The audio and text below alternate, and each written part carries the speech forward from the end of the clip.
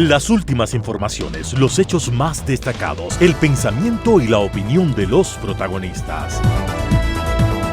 Opinión y noticia, el periodismo para todos, es posible con la independencia y ética del comunicador. En Sucesos, las noticias y las voces de quienes las hicieron o son parte de ellas. Lo del país y del mundo, política y economía, lo social y del arte, el deporte, lo que usted espera saber cada semana. Opinión y noticia, porque interpretar y hacer entender lo que sucede es la razón de ser del periodismo. Con la conducción de Félix Narváez, empezamos.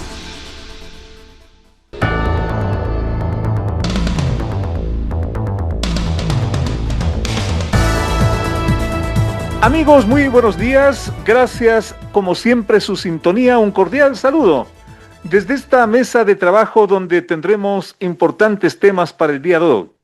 Gracias por acompañarnos, gracias por encender su receptor para escuchar esta propuesta periodística y con lo cual nos permiten continuar y mantenernos también enviándoles estos mensajes. Recuerde que somos Radio Sucesos.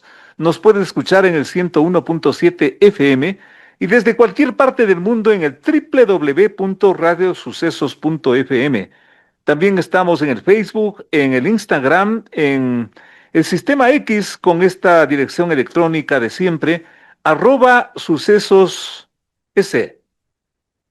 El día de hoy vamos a tratar con uno de los principales analistas internacionales, el doctor Francisco Paredes. Esto que parece tener las horas contadas, la presencia de este señor Nicolás Maduro al frente de un gobierno, de un país que ha expulsado a más de 9 millones de venezolanos. ¡Qué impresionante! 500,000 de esos están en el Ecuador. El resto, de preferencia en los Estados Unidos. Y de allí se van entendiendo muchas cosas. Vamos a tratar con el doctor Francisco Paredes. También vamos a tratar esto que aparentemente toca fondo, la crisis del sistema de salud en el país. Esto ya no da para más, porque la gente se está muriendo frente a los hospitales. Hay una iniciativa muy importante del gobierno, una nueva comisión. Pero este problema tampoco se resuelve de la noche a la mañana. ¿Qué hacer? Haremos contacto con el doctor Alberto Narváez, expresidente de la Federación Médica Nacional. Y también estaremos hablando con Amanda Villavicencio, porque se escucha que después de la posible sindicación de los 4 autores probables intelectuales de ese magnicidio, esto estaría cerrándose como la página última de un libro que nunca se debió abrir. Vamos a hacer contacto con Amanda Villavicencio. Esto y más, y también estaremos con un interesante material internacional hacia la parte final de nuestra entrega, donde vamos a escuchar algo que desde ya me permito que le pongan oído. Miguel Uribe Turbay, lo que dijo en su último discurso y que aparentemente le costó la vida. Le costó la vida. Amigos, gracias. Aquí empezamos. De 8 a 9, con el periodista Félix Narváez, otro aporte de Radio Sucesos a la opinión libre y enterada del oyente.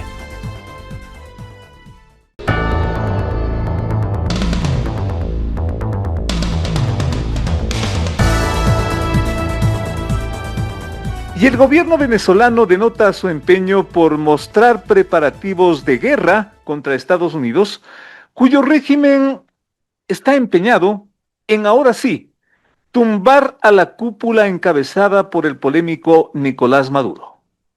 Así podríamos resumir lo que está aconteciendo a esta hora dentro, primero, de la relación Venezuela-Estados Unidos y también esto con los elementos que se han ido configurando y que son de dominio público, sobre todo internacional, en torno a esa crisis.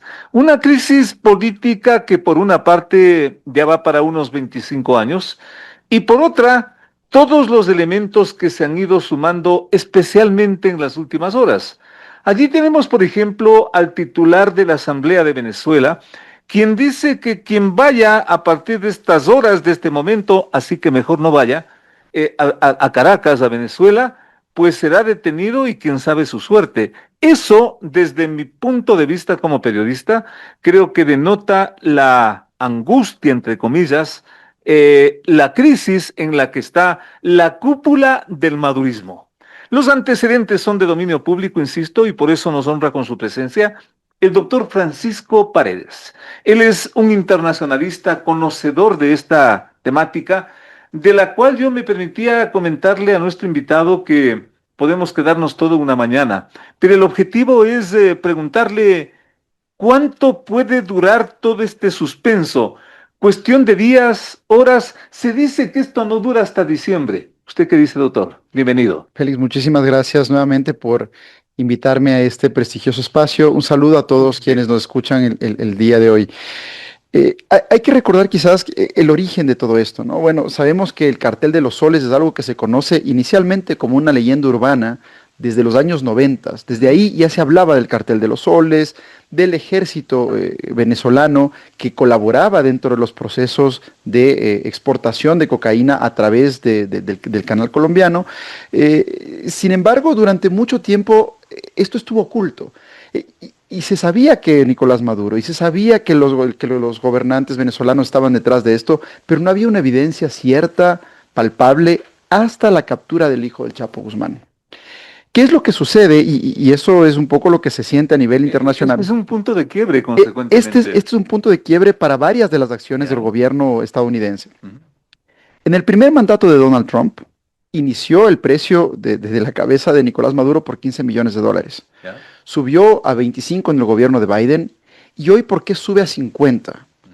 ¿Qué es lo que ha pasado? ¿Qué información adicional ha habido? Lo primero es la colaboración de Ovidio Guzmán, el Chapito, tal como se lo conoce, con el gobierno estadounidense, y es él quien identifica directamente a Nicolás Maduro como el cabeza del Cartel de los Soles. Y consecuentemente por allí vamos entendiendo, o iríamos entendiendo, por qué, por ejemplo, inclusive el silencio de otros países que hasta hace poco daban su total apoyo al señor Maduro.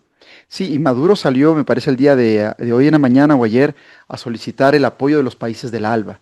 Esta estructura que se creó en la época socialista, cuando estuvo el presidente Correa aquí, y que era una especie de cartel de países que se protegía ante los supuestos ataques, entre comillas, del imperio, ¿no? Y los pronunciamientos eran inmediatos. Eran inmediatos, y hoy en día eso no sucede. Sí, señor. Hoy en día todos los países de la supuesta colaboración del ALBA ya no están participando. ¿Por qué?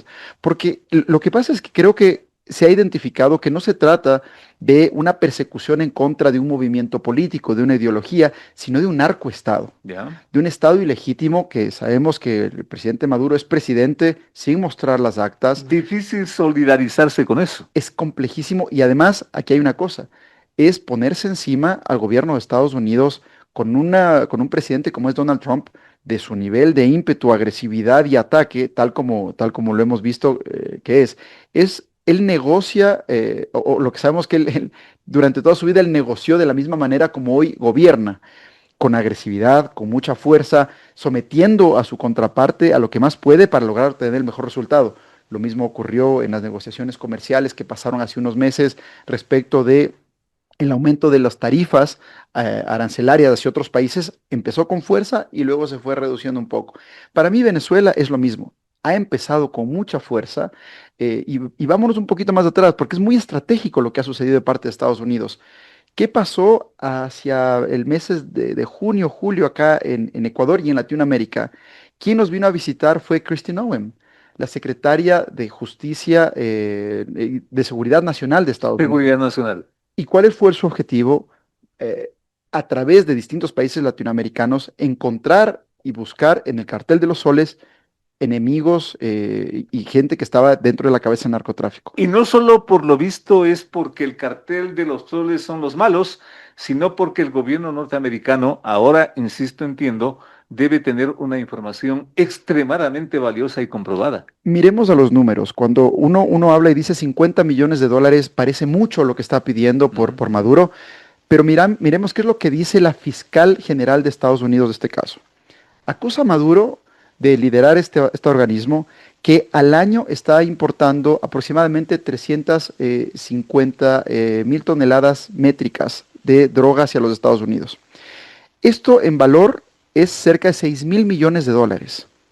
¿Qué quiere decir? Que Maduro y sus apandillados más o menos se reparten 500 millones de dólares al mes. 50 millones de dólares parecería que es poco, ¿no? Con Para lo lo que cual está 50 millones ni para las es, propinas. exactamente. Claro. Y por eso es que la apuesta tiende a ser tan elevada, es tan alta porque efectivamente quieren capturar no solamente a él, porque por el resto de la banda están pidiendo entre 10 y 15 millones dependiendo de la importancia de la persona que se quiere capturar. Esta, digamos, y con todo respeto, doctor, la parte de la crónica roja, pero la parte política. Maduro se sostiene por este durísimo respaldo evidente, vergonzoso, de los militares venezolanos. ¿Eso también será posible que empiece a degradarse, si es que cabe el término? Porque allí creo que va a estar la clave de lo que ocurra quizás en las próximas horas, en los próximos días.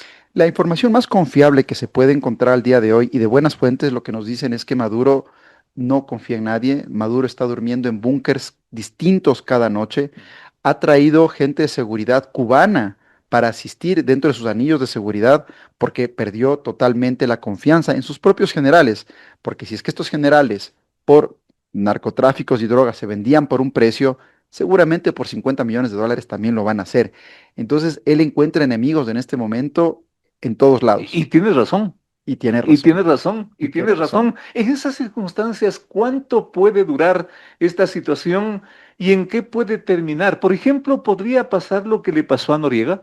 Es, es posible. Una de las opciones que se está barajando y lo que se cree, ¿cuál ha sido el anuncio, al menos de la gente importante dentro de Estados Unidos, Marco Rubio, varios de los asambleístas, que no pasa de diciembre Nicolás Así Maduro? es. Y no pasa por las buenas o por las malas. Entonces, el no pasa por las buenas quiere decir que él podría salir, seguramente se irá a Turquía, en donde tiene varios miles de millones de dólares también ahorrados, con el objetivo de que él deje el poder, lo que es muy difícil, pero que deje el poder a quien legítimamente ganó las elecciones anteriores. Esa es una de las opciones y la campaña de asedio es durísima. Tener a 6 buques de combate estadounidenses, 4.000 marines, 2.000 personas más que están llegando como tripulantes afuera de sus costas, no están en territorio venezolano, pero están afuera de sus costas, es una campaña de asedio brutal. Estados Unidos se gasta aproximadamente entre 8 y 10 millones de dólares diarios por tener todos estos buques operativos, entre combustible, los sueldos de las personas y demás. No es menor lo que está haciendo, es un gasto importantísimo. Todos estos son buques de combate, Totalmente, tienen algunos totalmente. anfibios con capacidad bélica para destruir las ciudades que quieran Así en es, cuestión de minutos. así es. Y esto es la razón por la que principalmente lo que ha hecho la estrategia de defensa, digamos, al interior de Venezuela es sacar a sus milicianos, que 4 millones de personas van a respaldar, pero 4 millones de personas están con palos y escobas. Por favor. Es- Y en ese punto, ¿cómo influye, cómo cae este sorpresivo pronunciamiento del presidente Petro de Colombia? Si es que esto termina en una guerra, se arma aquí la grande. No sé qué opina usted. Sí, pero más allá de las declaraciones, quien realmente debería darle, a ver, la única potencia que tiene la capacidad de respaldar a Venezuela en contra de los Estados Unidos es Rusia. Y no ha dicho Y nada. tuvieron una reunión hace un Así par de es, días así el es, presidente Putin y Donald Trump.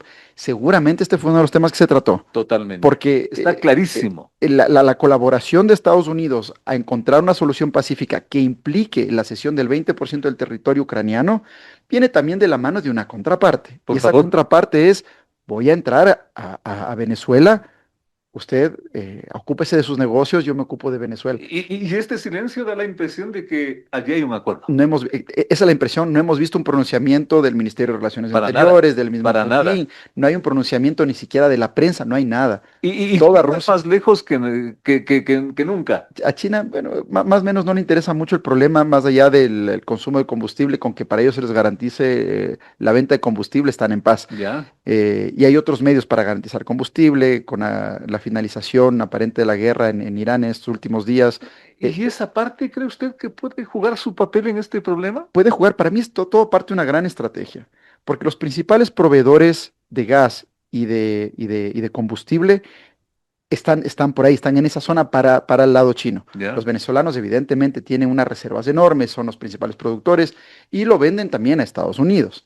Si es que Estados Unidos comienza a cerrar las pinzas, pone bloqueos marítimos, empieza a poner bloqueos físicos a los bienes Le y está propiedades, bloqueando el negocio. poco a poco le sigue arremetiendo De acuerdo, hasta que firme su de salida, acuerdo, hasta de que firme acuerdo, su de salida. acuerdo. Esa es la estrategia, diría yo, hasta diciembre.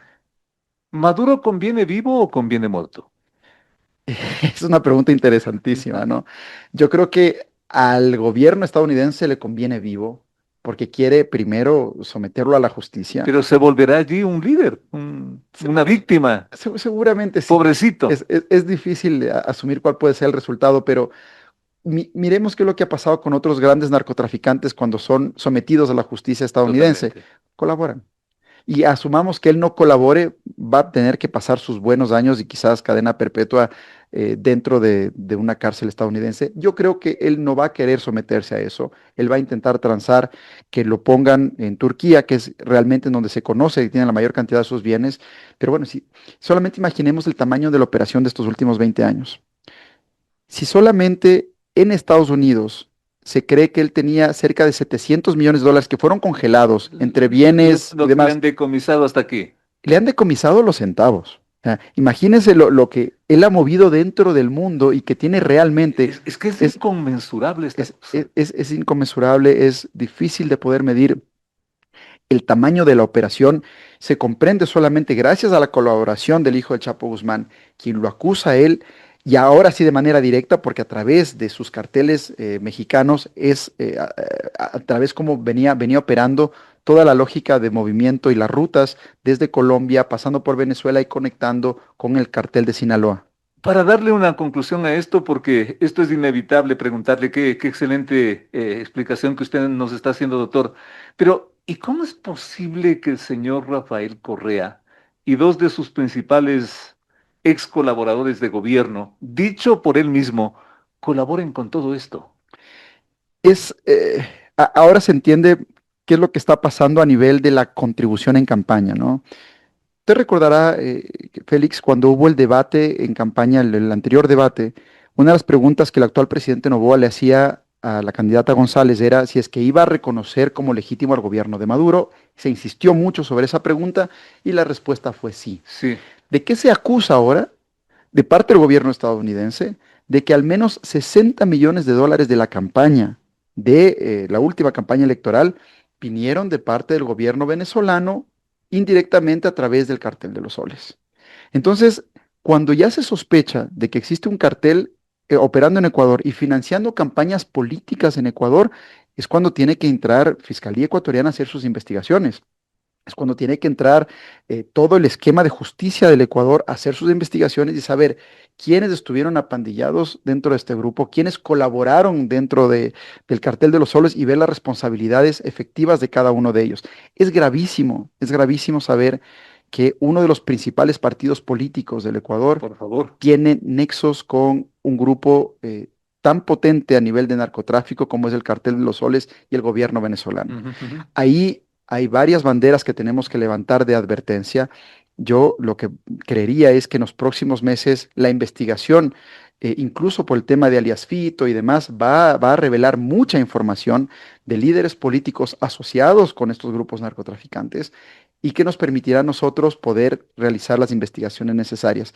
Yo siempre digo que cuando una investigación la lleva adelante el gobierno estadounidense es seria Es por algo. y tiene Sí, señor. consecuencias serias en Latinoamérica. Así es, Siempre pienso en el ejemplo del caso de Odebrecht. así es. ¿Por qué en Odebrecht, por qué estalla el escándalo de Odebrecht? Por una investigación del gobierno estadounidense. Ujú. Y ahí es cuando arranca la verdadera investigación. Y nosotros simplemente tomamos esa investigación para hacer las investigaciones respectivas en Ecuador. Pero la información que vamos a sacar de este proceso, del proceso perseguido en contra del cartel de los soles en Ecuador, va a ser riquísima.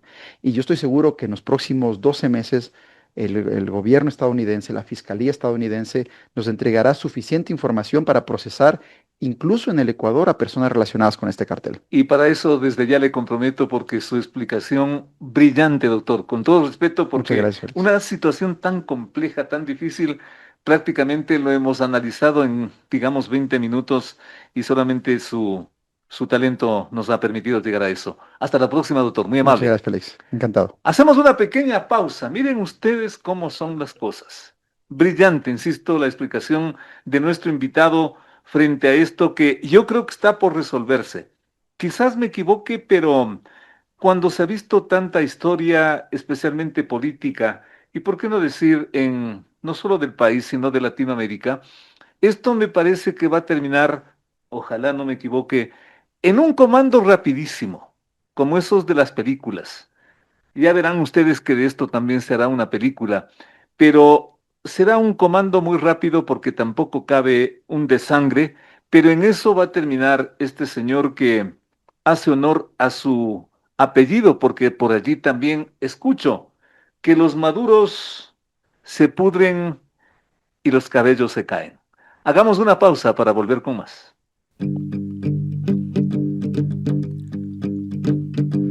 Llegó el fin de semana y tú te puedes informar con periodismo independiente, el que le gusta a nuestra gente es opinión.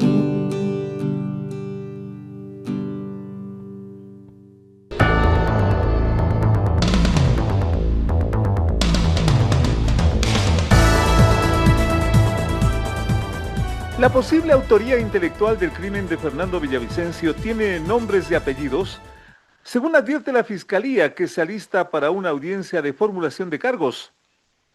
El nombre del exministro del Interior del correísmo y hombre fuerte de ese sector político, José Serrano, resalta entre los 4 sospechosos que también son el ex asambleísta de la Revolución Ciudadana, Ronnie Aliaga, Javier Jordán, procesado en el caso Metástasis, y el condenado Daniel Salcedo, quien ahora es más famoso por sus turbios negociados, o no solamente por sus turbios negociados con la mafia hospitalaria, sino por darle cierto rumbo quizás a este abominable crimen de Villavicencio. Alarmado por las sospechas de la Fiscalía, Javier Jordán, quien está prófugo en Estados Unidos, por este mismo problema de la corrupción hospitalaria y por ser socio de Salcedo aparentemente, dice que hablará ante las cortes internacionales. Mientras tanto, Serrano sigue en silencio tras varios días de detención en Estados Unidos por aparentes problemas migratorios, pero que cada vez más aparentemente están vinculados o estaría relacionado con lo que estamos comentando. Con estos antecedentes nos vuelve a honrar con su presencia Amanda Villavicencio, quien no la conoce, hija de Fernando Villavicencio. Ella viene haciendo, yo diría, una suerte de vocería de los familiares principales de Villavicencio y por eso es muy importante escuchar su comentario luego de estos antecedentes. Antecedentes que si bien ya han sido comentados, estimada Amanda, muchísimas gracias por atender esta invitación. Una vez que de alguna forma se han tranquilizado, si cabe el término, y con todo respeto los ánimos, ¿hacia dónde estaría apuntando esta audiencia que está convocando la Fiscalía? El país le escucha, Amanda, bienvenida. Buenas tardes, muchas gracias por la invitación. Creo que es un gusto y también como lo recibo con mucho cariño el hecho de que periodistas con tanta trayectoria como tú, Félix, sigan poniéndole oído y sigan dándole voz a Fernando Villavicencio, porque este crimen atroz, justamente como lo has dicho, no puede quedar en la impunidad. No Es se puede nuestra, reducir, no se nuestra, puede nuestra reducir obligación, el... es Ujú. nuestra Sí, obligación, sí, estimada Marta, gracias. no solamente como periodistas, sino como, por último, como amigos que fuimos de Fernando Villavicencio, y muchas gracias por tus palabras. Adelante, Amanda, por favor. Bueno, creo que no se puede reducir el magnicidio de Fernando Villavicencio a 4 nombres de autoría intelectual.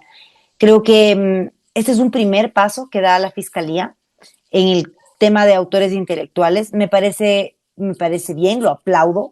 Creo que es un paso hacia la verdad. Pero aún nos falta mucho para poder llenarnos la boca y que el país nos quiera decir que nos están dando justicia, ¿no? Creo que es imposible que haya justicia tras un asesinato, porque no hay la posibilidad de la reparación. No se puede reparar un cristal que se rompe de esa manera, ¿no?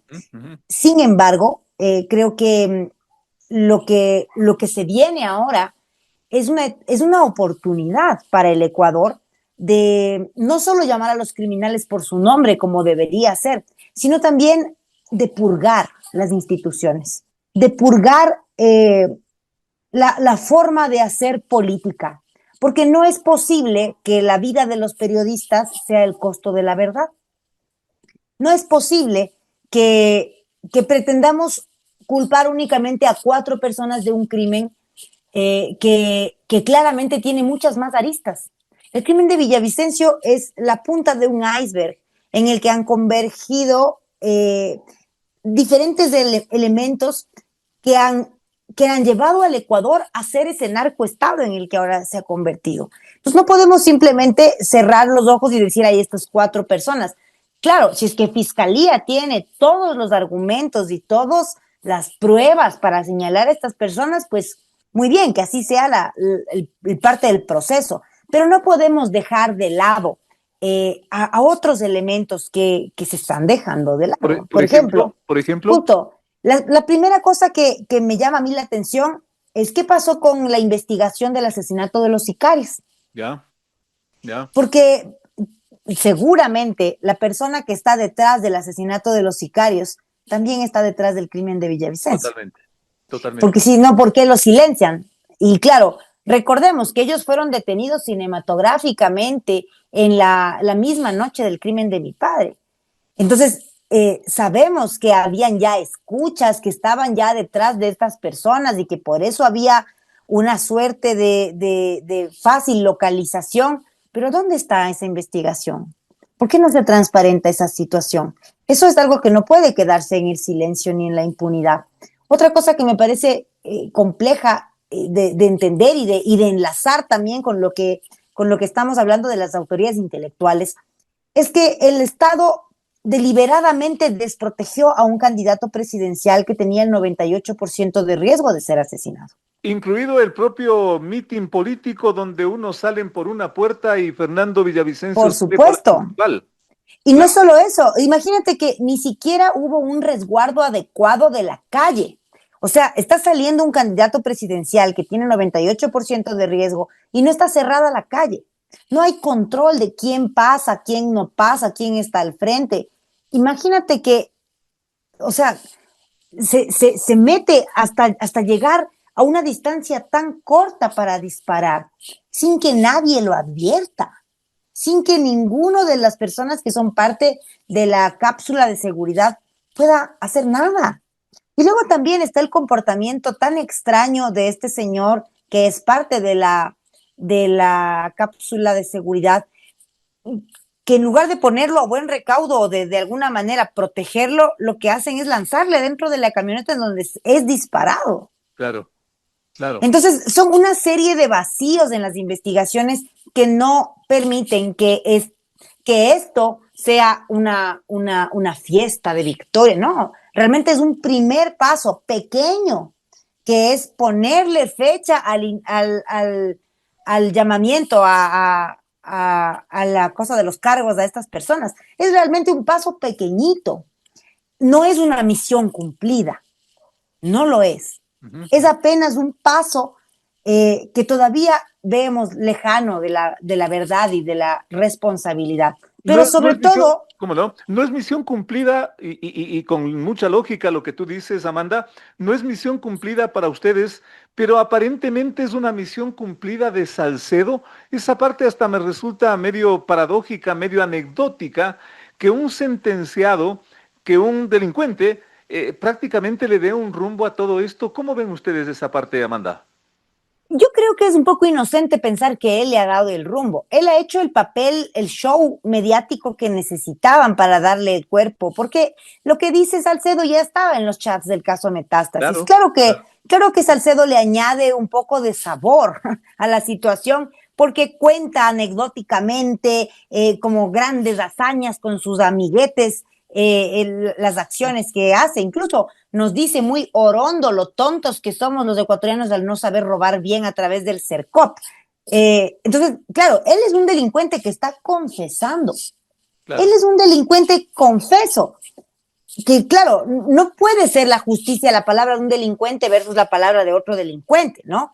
Por eso yo insisto en que Fiscalía debe tener, y eso es una cosa que hemos exigido, lo exigimos públicamente y también, pues, cuando hemos tenido la posibilidad de conversar con las autoridades, exigimos que las pruebas que haya sean contundentes, porque hemos visto el manejo político como un show del crimen de nuestro padre. Lo hemos visto desde el inicio. Si tú bien recordarás todo lo que se decía, ¿no? Como el correísmo decía, nosotros somos las víctimas de este crimen. Luego, cuando ya gana Noboa, gana con un voto villavicencista, porque el villavicencismo no le iba a dar voto al correísmo después del crimen de Villavicencio. Con ese voto gana Noboa. ¿Y qué es lo que hace? Lo primero que hace es el pacto de la impunidad. Se sortea todas las comisiones entre ellos mismos, con el Partido Social Cristiano, con el correísmo, y dejan mal parados a todas las personas que de alguna forma creyeron que Noboa podía ser una opción después del asesinato de mi padre. Pero luego vemos en la Asamblea Nacional esa comisión que una comisión pedorra, o sea, no sirve para nada, disculpa la palabra, pero realmente es una comisión que tenía por misión investigar las implicaciones políticas del crimen de Villavicencio, cuyo informe final enviado por Adrián Castro y también ese mequetrefe de Hernán Zapata, que él entró sobre la sangre de mi padre a ser asambleísta. Él era del partido de Construye.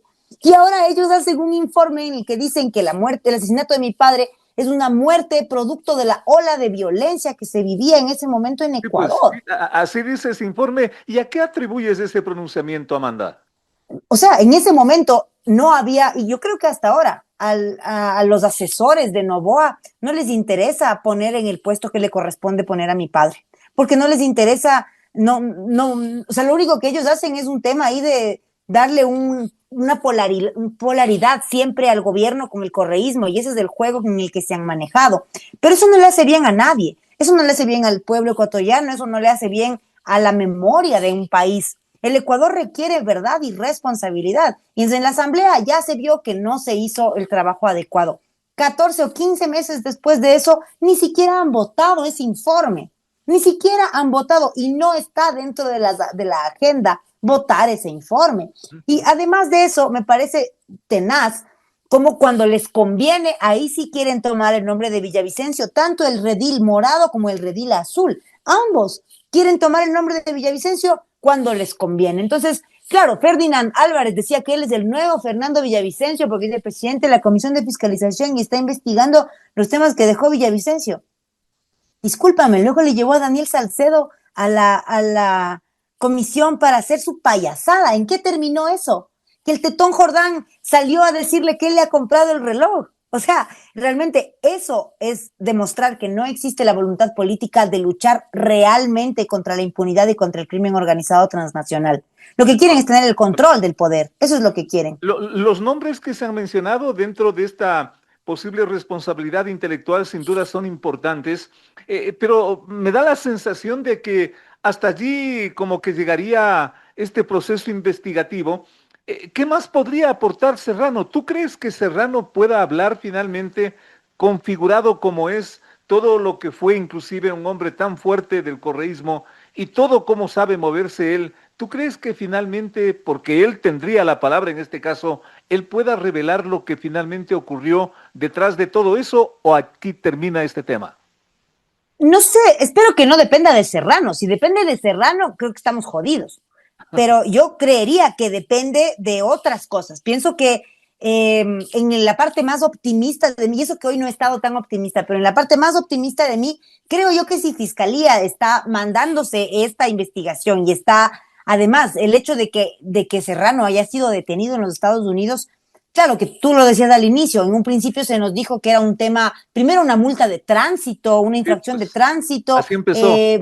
Pero si ya vemos que a este personaje tan oscuro, el capo de capos, le detienen en Estados Unidos, por algo ha de ser. No creo que sea tan sencillo como una multa de tránsito.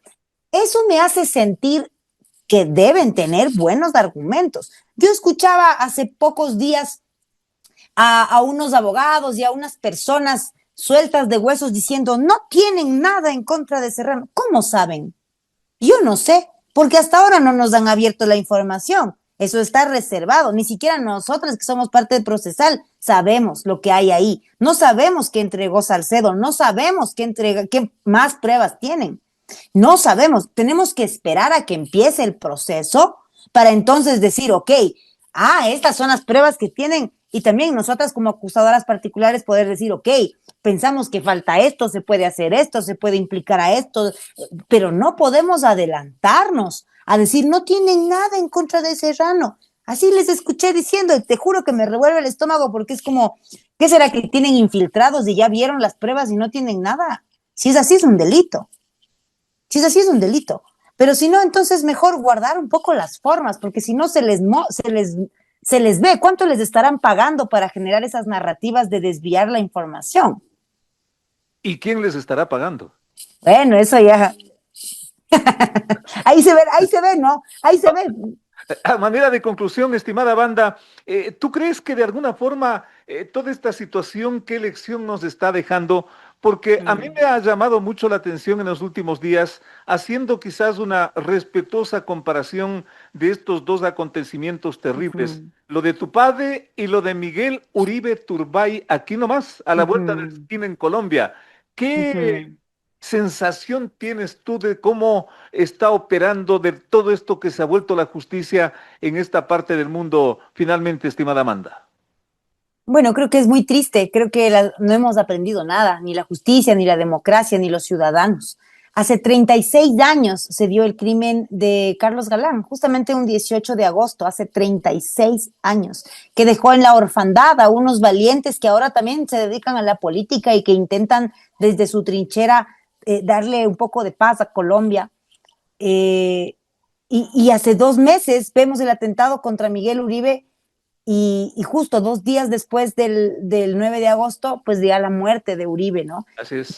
¿Qué me muestra todo esto? Me muestra que no hemos aprendido nada, que no hemos terminado de sanar esas heridas. Y justo yo lo contaba anecdóticamente en un momento de muchísimo dolor. Yo no sabía cómo ibas a sobrevivir al asesinato de mi padre. Físicamente me dio muy duro, en mi cabeza me dio muy duro, la salud mental muy deteriorada, mucha tristeza, mucha depresión, mucha soledad. Y yo decía, bueno, ¿qué voy a hacer? Y se me ocurre la brillante idea de buscar a Carlos Fernando Galán. En ese momento aún no ganaba las elecciones cuando yo le busqué. Y le escribí un mensaje y le dije, hola, perdón, vengo a irrumpir en su paz. Soy Amanda Villavicencio, quiero que me diga cómo se hace para sobrevivir a esto. ¿Cómo se hace para sobrevivir con un corazón sano? ¿Cómo se hace para sobrevivir con ganas de seguir peleando por el país que uno ama, ¿no? ¿Cómo uno hace para hacer eso? Claro. Y él generosamente nos dijo, vengan a Colombia, y nos dio una entrevista. Entonces nosotras con la Tamia nos fuimos, y en nuestro canal de YouTube de La Fuente Periodismo de Investigación está ese podcast, es una entrevista de casi 1 hora, muy bonita, muy completa. Pero todo este chisme es para llegar a esta parte. Yo le pregunto en un momento a Carlos, le digo, después de todos estos años, toda la experiencia que tienes, ¿cuál es el consejo que tú le das a mi país para este tiempo? Y él me dice, no hay que dejar heridas abiertas. En esas heridas abiertas es donde se pudre y donde sale la pus y donde se hace lo peor, todo, ¿no? Se corrompe. Y él decía como que si en el momento en el que nosotros tuvimos la investigación, si hubiese llamado a los criminales por su nombre, si hubiese hablado de lo que realmente estaba pasando, otro gallo cantaría. Entonces yo creo que este es el momento, el punto de inflexión en Ecuador. Si los políticos, si los jueces, si los fiscales quieren pasar a la historia como unos cobardes cómplices del crimen organizado, pues sigan como están. Si por el contrario, algún día quieren que sus hijos sientan al menos la mitad del orgullo que siento yo de ser hija de Fernando Villavicencio, pues hagan su parte.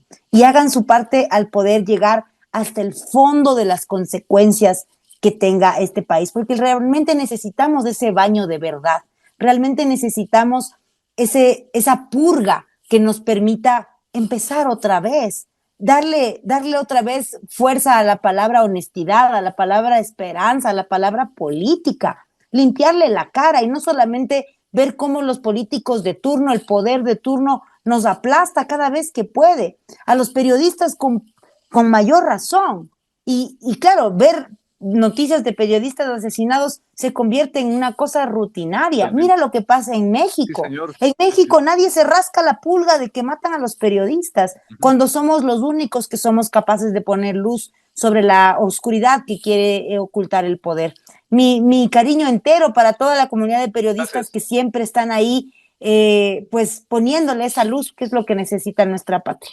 Gracias por tu franqueza, por tu dignidad y por ser una digna, valga la redundancia, sucesora de tu padre. Hasta la próxima, Amanda, muy amable. Gracias, Félix. Gracias, Amanda Villavicencio, aquí en Sucesos.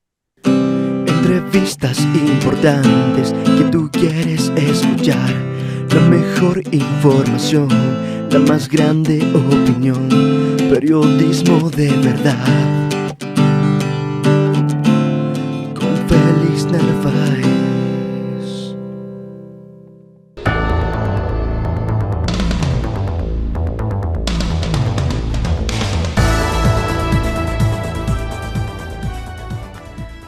Y con la formación de otro comité, el gobierno sale al paso de la crisis del sistema de salud, otro grave problema toreado en las anteriores administraciones y que a esta le toca solucionar como sea porque amenaza la vida de muchos enfermos, unos más graves que otros.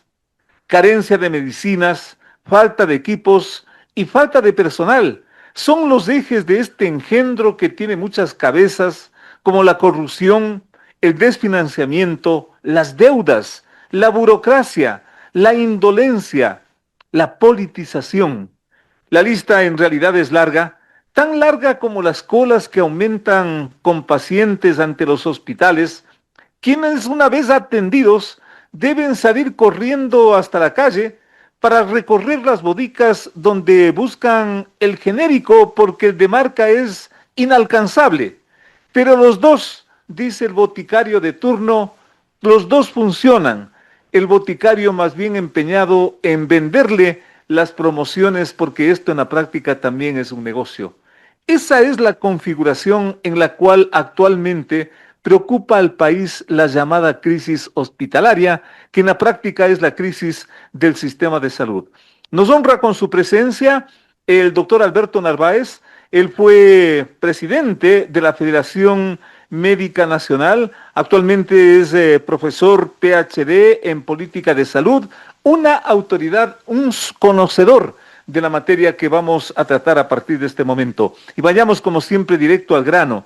Si a este nuevo Comité de Salud Pública se suman ministerios, se suman entidades importantes como el propio IES, el Ministerio de Finanzas, la Vicepresidencia de la República, ¿vale decir que finalmente le estamos atinando para vencer a este problema? Doctor Narváez, bienvenido. Muchas gracias. Yo pienso que son más juegos artificiales para desviar la atención del problema que tiene el sistema de salud pública, cuyas manifestaciones son este problema de ausencia de medicamentos, turnos atrasados o turnos a largos tiempos a los pacientes, personal escaso en los servicios de salud. Y este es solo, yo diría, la evidencia de un problema más serio que viene dándose, no ahora, se viene dando desde el año pasado, que es la reducción. El primer problema es la reducción del presupuesto a la salud. El segundo problema es, yo diría, el despilfarro de recursos a través de estos procesos de externalización de servicios, tanto en el Seguro Social como en el Ministerio de Salud. Porque estos dos sistemas de salud que tiene el país, que son los más importantes, el Ministerio de Salud como proveedor de servicios y el Seguro Social, los dos sistemas de salud están en crisis. ¿Sí? No solo el uno, el otro también, y las crisis son similares, aunque la del Seguro Campesino, perdón, la del Seguro Social de Salud tiene como problema el que el seguro está atendiendo a hijos de afiliados sin financiamiento. Y eso le ha llevado a la bancarrota. Entonces hay problema de financiamiento tienen los dos. En el caso del Ministerio de Salud, la Constitución dice que se debería invertir el 4% del Producto Interno Bruto. Así es. En realidad no se ha invertido ni siquiera en el tiempo de Correa. Que el ministerio, o sea, el Estado invierta. No hay que sumar la inversión del seguro social, porque el seguro social es, aunque es un seguro público, es un bien privado, es un bien propiedad de los afiliados y de los jubilados, por lo tanto no puede sumarse, ¿no? Entonces, analizando qué ha pasado con el presupuesto desde el año 23 al 25, en el año 23, la inversión que no supera el 2.8% del Producto Interno Bruto, lejos, muy lejos del 4% que dice la Constitución, fue de 3.217 millones de dólares. Y apenas, y se gastaron 93 millones, se ejecutaron. Es decir, a pesar de que es un presupuesto bajo, no se ejecutó el 7%, cerca de unos 200 millones de dólares no se ejecutaron a pesar de las necesidades. El 24 ya tenemos un problema serio, apenas se ejecutó y además apenas se asignó casi 300 millones menos que el 23. Se asignó 2.959 millones e igual se ejecutó el 93%, es decir, 300 millones más o menos no se ejecutaron. De nuevo, en el gobierno ya del actual presidente. Y el año 25 se ha asignado más o menos unos 200 millones menos de presupuesto, está apenas en 2.797, se lleva ejecutado hasta el mes de junio, julio, 48%, obviamente van a llegar también a un 93-94%. Y ese es el primer problema. Se ha reducido el presupuesto a la salud sin justificación, porque las necesidades son grandes, ¿no? Entonces, ese es un problema de la crisis hospitalaria y también del sistema de salud. El segundo problema es la externalización de servicios. En externalización de servicios, el Ministerio de Salud les debe a privados y también a organizaciones sin fines de lucro como Solca aproximadamente $1.000 millones acumulados hasta el mes de mayo. Si es una deuda enorme, con esa deuda podrían haber montado un instituto de cáncer propio del Ministerio de Salud o del IES, unos cuantos clínicas de diálisis, porque los montos mayores son cáncer, diálisis y otras prestaciones que se externalizan. Entonces tenemos una externalización de servicios que no se justifica, porque podría invertirse eso en crear o mejorar el sistema de salud. Y el tercer problema que tenemos es que tenemos un sistema de salud curativo, no se hace atención integral en salud, muy poca prevención y curación, muy poco, casi nada en los servicios. El seguro es el que menos prevención y promoción de la salud hace, ¿no? Entonces, ¿qué ocurre al tener este modelo de atención curativo? Que hay muchas muertes y ingresos hospitalarios. ¿Qué ocurre unidos estos tres elementos reveladores que usted está citando, doctor Alberto Narváez? Bueno, me falta poner, además del modelo, los robos de las mafias que están enquistadas. Ese es otra cosa. Ese es otro más. ¿Cómo que no? siquiera un 20% del presupuesto se va a ir por ahí. Entonces, el gobierno ha planteado, y el gobierno anterior de Lazo con José Ruales en el ministerio, ya plantearon el centralizar las compras. Este gobierno en el año y 3 meses que va no lo había hecho, y más bien por las presiones que hay lo van a hacer recién. Sí, es una reacción tardía. Entonces, ¿cuál es el efecto de toda esta crisis? Que la gente pobre tiene que, y en general la población ecuatoriana tiene que gastar de su bolsillo para comprar medicamentos, para ir a un médico, a un profesional privado. Y en el Ecuador es el país del área andina que más alto gasto de bolsillo tiene Colombia tiene 32 y 24 aproximadamente % tiene Chile. Es decir, todo eso pasa a ser gasto de bolsillo por ineficiencia, por falta de inversión, por corrupción. Todo eso sucede tanto en el seguro como en el ministerio, ¿no? Entonces, y eso repercute también en otro hecho muy evidente, que es aproximadamente un 30% de personas mueren o se enferman gravemente y van a parar a los hospitales por problemas que se llaman evitables en el primer nivel de atención. Si tuviéramos un buen nivel de atención, con atención integral, con prevención, promoción, nos ahorraríamos 30% de muertes y casos graves, lo cual es un inmenso ahorro. Entonces, tanto el seguro como el ministerio tenemos un sistema poco dedicado a la prevención, más a la curación, inclusive a rehabilitación muy poco, ¿no? Entonces, estos son los efectos de estos problemas importantes, que son falta de presupuesto, corrupción, diría yo, porque esto de las externalizaciones y compra de servicios es corrupción también. Las bandas de delincuentes que hay en todos los servicios de salud, desde el más bajo al más alto, y en tercer lugar, el modelo de atención que es curativo y no preventivo. Entonces, esa es la crisis, y no creo que este comité pueda resolver esa crisis. ¿Por qué? ¿Por qué ¿Qué pueden hacer burócratas que no entienden de la salud pública? ¿Ya? Pero allí están entidades importantes, está el Ministerio de Salud, la Vicepresidencia de la República, está el propio IES, entidades que conocen el problema, doctor. No sé si lo conocen, porque yo lo que no veo ahí son a los actores que están en las trincheras, que son los médicos, las enfermeras. En otras palabras, no veo a los gremios, no veo a los sindicatos, porque son los que están en las trincheras y viven día a día los problemas de los servicios de salud, y son la piedra de choque de los pacientes, que les insultan, les hablan, les acusan de todo, cuando la responsabilidad, aunque puede haber responsabilidades personales, y no les vamos a santificar a muchos profesionales de la salud, el problema es más arriba, y eso no creo que vayan a solucionar. Ahora han creado este comité. Lo único que tiene que hacer el comité es resolver por lo menos el problema de la externalización de servicios, incrementar el presupuesto y eliminar a las bandas, y está bien que centralicen las compras, ¿no? Pero ojalá no pase que la corrupción pasa de los centros de salud y hospitales al nivel central.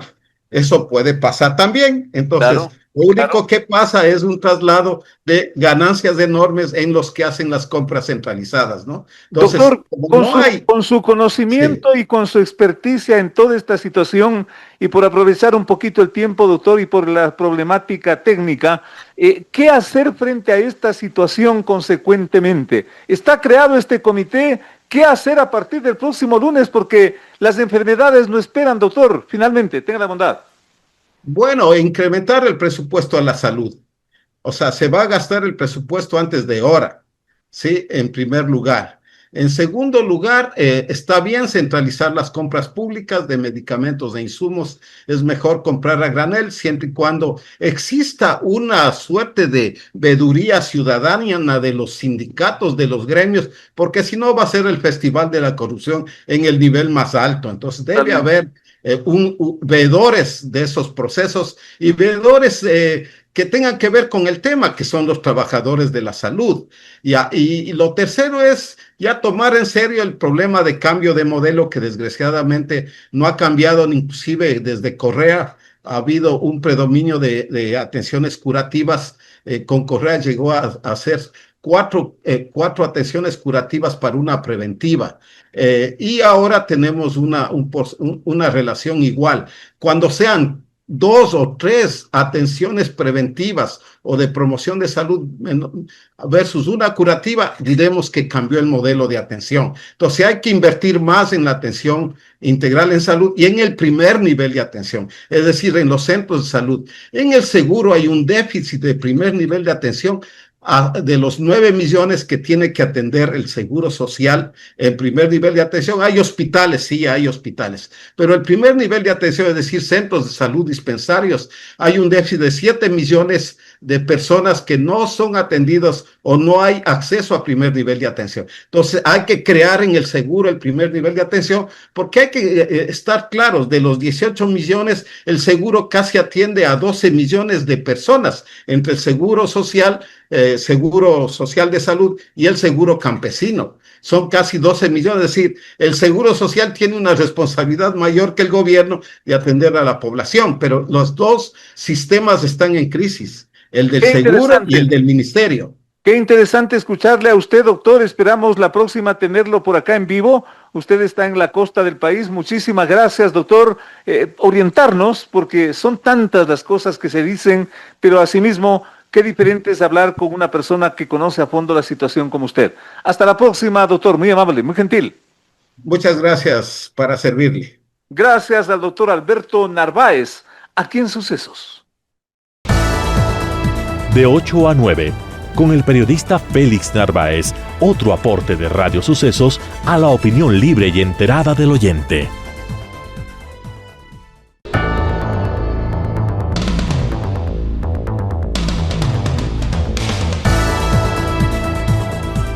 Hacia la parte final de esta entrega quiero retomar, si es que el término cabe, este contacto que tuvimos con Amanda Villavicencio, porque el magnicidio de su padre vuelve al ojo de la tormenta, confirmando que este tipo de tragedias tienen un denominador común. Hablar verdades en política es un alto riesgo que hasta puede terminar con la vida. En Colombia se acaba de consumar otro ejemplo de eso. El joven senador Miguel Uribe Turbay murió tras una agonía de casi 2 meses y que empezó con disparos de un adolescente en un mitin político, todo en la mismísima capital de Bogotá. Las sospechas de la autoría intelectual, y esto es lo interesante de ese crimen de Miguel Uribe, estarían marcadas, reveladas, almacenadas, quizás ocultas, en el discurso que ese joven político esgrimió, yo diría hasta el último rato que estuvo con vida. Miren ustedes lo que son las coincidencias, entre comillas. Escuchando a Miguel Uribe Turbay, quien descanse en paz, quiero decirles gracias amigos por su atención. Póngale en ojo a esto, póngale en oído a esto, y Dios mediante, hasta la próxima semana. Este mensaje es para Gustavo Petro. Presidente, usted y yo podemos debatir sobre política o economía, pero usted no tiene ni nunca tendrá ni la estatura ni la autoridad moral para debatir conmigo temas de narcotráfico. Mientras usted fue aliado, socio de Pablo Escobar, mientras es usted hoy el que llega al poder gracias al apoyo de narcos, mi familia y yo, como millones de colombianos, fuimos víctimas del peor delito, del más doloroso que ha sufrido la sociedad colombiana, el narcotráfico. Que usted pretenda vincular a mi abuelo, y peor aún, a mí, con el narcotráfico, solo demuestra su baja condición humana. Su ataque es verdaderamente miserable, porque a Colombia no se le olvida que fue Pablo Escobar, que fueron los extraditables y narcotraficantes los que secuestraron a mi mamá y la asesinaron como retaliación a mi abuelo por haber sido quien firmó el primer tratado de extradición de narcos a Estados Unidos. Los mismos documentos con los que usted pretende calumniar y descalificar a mi abuelo, lo desmienten a usted.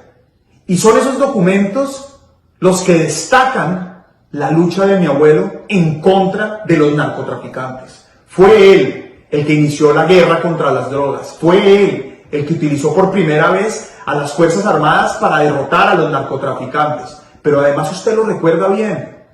Fue mi abuelo el que utilizó todo el peso de la institucionalidad y de la ley para combatir a las mismas organizaciones narcoterroristas en las que usted perteneció. Yo entiendo que usted quiera atacarme, y sé que me ataca porque tiene miedo. Sé que me ataca porque yo no negocio principios, porque estoy dispuesto a continuar la lucha en contra del narcotráfico, de la criminalidad, porque estoy convencido de que la paz no se alcanza con impunidad y dádivas, como las que pretende usted ofrecerle a sus socios, sino por el contrario, con la seguridad democrática, con la justicia. Presidente, será usted el que una vez más tenga que pagar por los daños y el dolor que está causando a los colombianos. Las opiniones vertidas en este espacio por la producción y dirección del programa son de exclusiva responsabilidad de sus autores y de quienes intervienen en ellos. Los personajes, los hechos, las noticias, todo tratado con independencia y objetividad. Otro aporte de Radio Sucesos para que usted se forme la mejor opinión. Volveremos el próximo sábado de 8 a 9 con Félix Narváez.